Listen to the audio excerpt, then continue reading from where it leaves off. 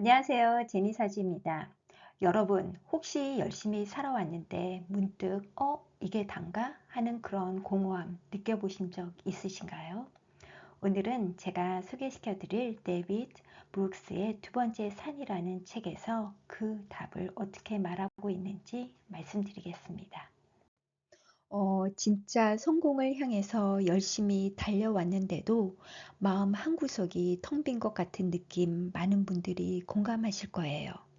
오늘은 그 이유를 이 책에서 소개해주는 두 개의 산을 통해서 탐색해 보도록 하겠습니다. 자, 그럼 먼저 대부분의 우리가 오르도록 사회가 어떻게 보면 격려를 해주는 그런 산에 대해 알아보도록 할게요. 그게 뭐냐면 사회가 정해준 성공으로 가는 길, 뭐 그런 것이 되겠죠. 명리적으로는 재성 또는 관성을 쟁취하는 것이 되겠어요. 첫 번째 산의 핵심은 이 그림에서 보여주는 것처럼 바로 나 자신, 모든 초점이 맞춰져 있죠. 세상에다가 나 이런 사람이야 하고 증명하고 독립적인 존재로 우뚝 서고 나만의 흔적을 남기려고 애쓰는 그런 단계인 거죠. 뭐 성공적인 커리어 쌓기, 존경과 인정받기, 경제적인 안정 이루기, 완벽한 가정 꾸미기 또는 개인적인 행복을 추구하기 등 전부 다 외부의 시선이나 개인적인 성취를 통해서 얻는 그런 행복을 향해 달려가는 것이죠. 그런데 말이죠. 인생이 항상 우리가 계획한 대로 흘러가진 않잖아요. 이렇게 열심히 산에 오르다가 갑자기 어느 날 전혀 예상치 못한 순간에 맞닥뜨리게 되는 경우가 있어요. 우리는 보통 인생이 이렇게 꾸준히 올라가는 오르막길이라 생각을 하잖아요. 그런데 현실은 어때요? 갑자기 벼랑 끝에서 깊은 계곡으로 뚝 떨어지는 것 같은 그런 경험도 하게 된다는 것이죠.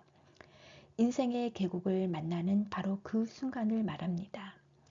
우리의 사주팔자 안에서도 대운과 세운의 영향으로 충, 형, 격각 등 변화를 맞이하게 되는 그런 순간인 거죠.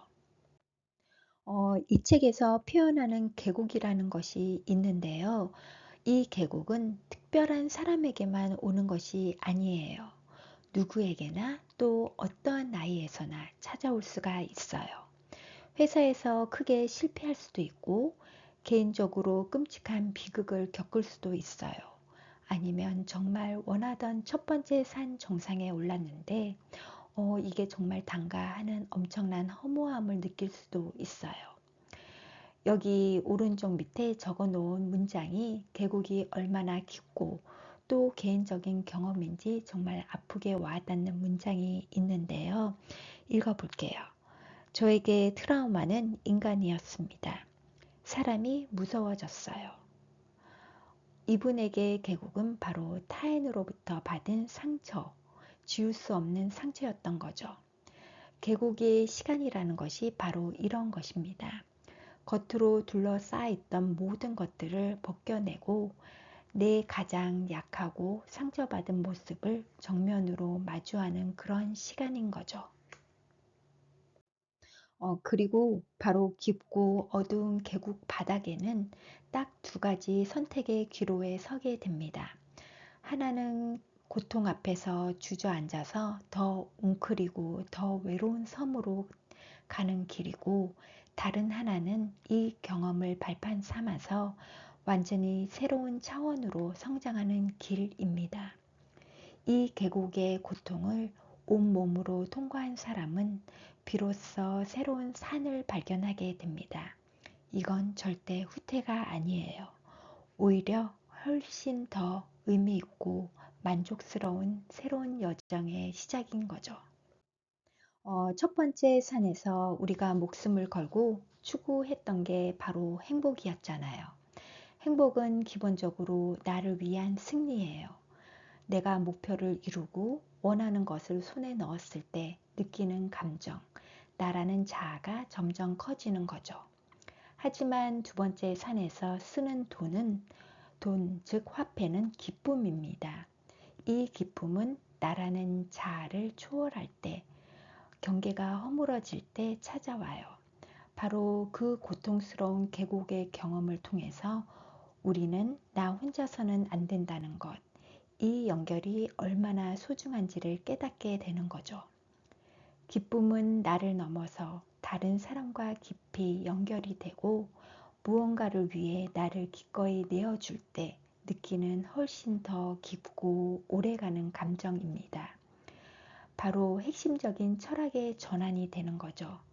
자기 중심적인 삶에서 타인 중심적인 삶으로의 전환. 내가 뭘 가질 수 있는가에서 내가 여기서 뭘 기여할 수 있는가로 삶의 질문 자체가 바뀌게 되는 거죠. 그렇다면 이 두 번째 산은 대체 어떻게 오를 수 있을까요? 첫 번째 산처럼 야망을 불태우고 치열한 전략을 불태우는 게 절대 아닙니다. 완전히 다른 방식인 거죠. 바로 깊고 근본적인 헌신을 통해서만 오를 수 있는 산이에요. 두 번째 산은요, 이 네 가지 헌신의 기둥 위에 세워집니다. 첫 번째, 소명. 그냥 돈 버는 직업이 아니라 내가 정말 기여하고 싶은 소명인 거죠. 둘째, 결혼과 가족. 단순한 계약 관계가 아니라 영원의 약속의 가족을 말합니다. 그리고 세 번째, 철학과 신념. 내 삶의 나침반이 되어주는 거죠. 그리고 마지막, 공동체. 내가 뿌리 내릴 수 있는, 기여할 수 있는 바로 그곳을 말합니다. 이 약속들이 우리 삶의 진짜 의미와 뼈대를 만들어줍니다. 이거는요, 더 높은 차원의 자유를 누릴 수 있는 삶을 말해요. 흔히 우리가 생각하는 자유는 무엇인가로부터 벗어나는 자유이잖아요. 그런데 여기서 말하는 자유는 내가 무엇을 온전히 헌신할 수 있는지 자유를 말해요. 내가 내 삶을 바칠 대상을 스스로 선택하고 그것에 기꺼이 묶일 수 있는 자유인 거죠. 진짜 자유는 올바른 구속으로부터 찾아온다는 아주 역설적인 이야기입니다. 자, 이제 두 번째 산의 여정을 정의하는 마지막, 어쩌면 심오한 관점에 대해 이야기해 볼게요.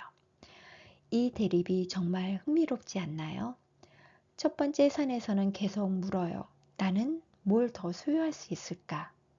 그런데 두 번째 산에서는 질문이 완전 바뀝니다. 어떤 위대한 목적이 나를 소유해서 그 위대한 꿈을 이룰까? 소유의 주체가 나에서 목적으로 바뀌는 엄청난 전환인 거죠. 이 말이 목적에 소유되는 게 뭔지 보여주는 것 같아요. 처음에 들었던 그 고통스러운 이야기 기억나시나요? 사람에게 너무 큰 상처를 받아서 사람을 극도로 두려워했던 그 사람 이야기요. 하지만 그는 그 트라우마에 잡아먹히지 않았습니다. 오히려 지독한 고통을 나는 절대 다른 사람에게 상처를 주지 않겠다는 삶의 목적으로 바꿔냈던 거죠.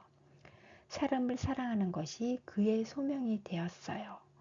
바로 그의 목적이 그를 소유하게 된 거죠. 첫 번째 산이 인생의 전부는 아닙니다. 때로는 정말 고통스러운 계곡을 지나야만 비로소 우리는 진짜 올라야 할 높고 의미 있는 산이 보이게 됩니다. 오늘 이 이야기가 각자의 삶에 작은 울림이라도 주었으면 좋겠습니다. 마지막으로 여러분에게 질문을 던집니다. 당신의 두 번째 산은 어디에 있나요?